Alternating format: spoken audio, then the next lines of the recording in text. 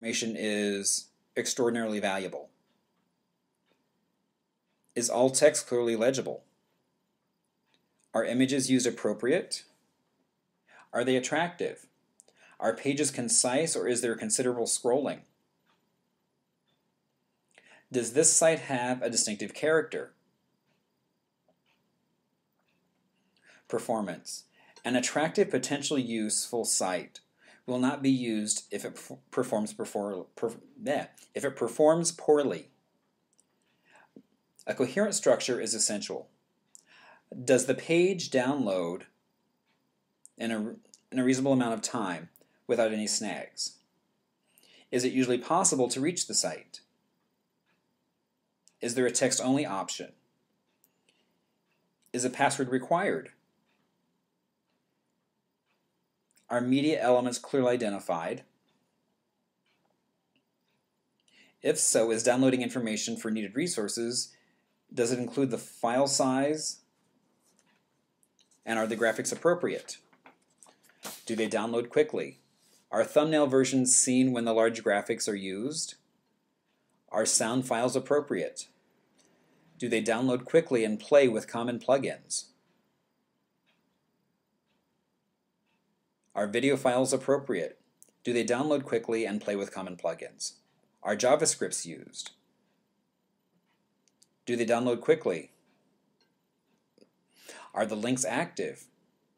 Do they load quickly? Now, the reason why these last three are really important because they're really at no control of the information agency. But if accessed through your site, staff need to know how to use it, as well as the reflection or the perception of the customer may not realize that it's a separate website and may think that it's part of yours. So if it's really badly designed or poor to navigate, you may get comments from the customers on these sites. So that's one of the reasons why it's extremely important that you take the navigation design performance under consideration as well. And also the fact that those three can really change from any day to day because websites are constantly being revised, updated, or radically changed. Currency or stability. There are many neglected websites that were once useful for information and are now very dated or no longer accessible. Is the creation or revision date visible? Any indication of the currency of information or data presented at this site? What is the date of the most recent information presented? Does the site appear to be current? Is there a What's New section? Are the links alive and current? Does the site appear to be stable? Is it likely to be here tomorrow? Audience.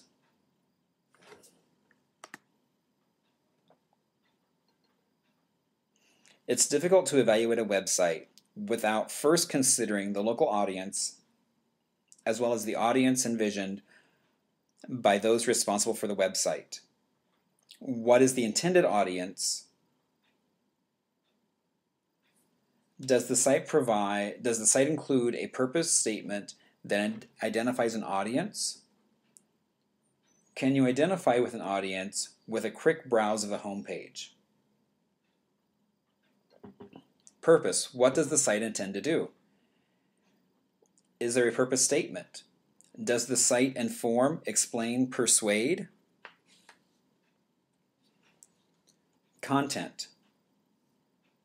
It's the quality and utility of the intellectual content that make a website noteworthy. Authorship is especially important, as is true with hard copy sources. Well-known or reputable authors are important. The publisher is also of considerable importance. Intemperate language, exaggerated claims, lack of evidence, and anonymous sources are likely to indicate a site with questionable content. And the primary purpose of the site to inform, to explain, or to persuade. Is the topic covered in a popular or scholarly manner? Is there an explicit purpose, a clear indication of scope and criteria for the inclusion? What topics are included? Is there a geographical focus? Is there a chronological focus? Is the topic covered in a comprehensive or selective manner? Is the content unique or original? How does this site differ from others dealing with this topic? Is there enough depth or detail for a reasonable understanding of the topic or issue? Is the text clear and interesting? Does it flow well? Does the text follow correct grammar, spelling, and composition rules? Are appropriate special features included? Are links provided to related sites? Do these appear to be well selected? Do they complement the information presented at the site? What's the value of the site? Return appeal, or how often would you visit this site? Comparability. Traditionally, librarians have tried to compare similar sources. This should also be done with websites. How does this site compare with others devoted on the topic? To what degree is the content unique? How much of the content found here overlaps with that is found elsewhere? Is this the best site for the topic? Advertising. Some educational institutions will not link to a site that contains advertising.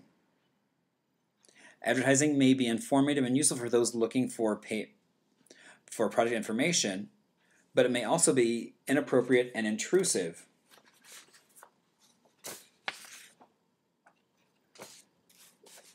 So is advertising present on the site? Is it appropriate given the purpose and nature of the site? This was really true when I was working with people with disabilities. A lot of times you would have websites with information, but they also would then have ads that were targeted towards people with specific disabilities for products that may help them in their day-to-day lives. How much page space is given to advertising? Does it inhibit download time and ease of navigation? Is it reasonably attractive and interesting? Reliable, accurate, or authoritative? Confirmation is important before using information from any publication, digital or hard copy, unless it is issued by a well-known, reputable publisher. This is particularly important when claims are made without evidence, where reasonable people may disagree. So who is the author or sponsor of the material?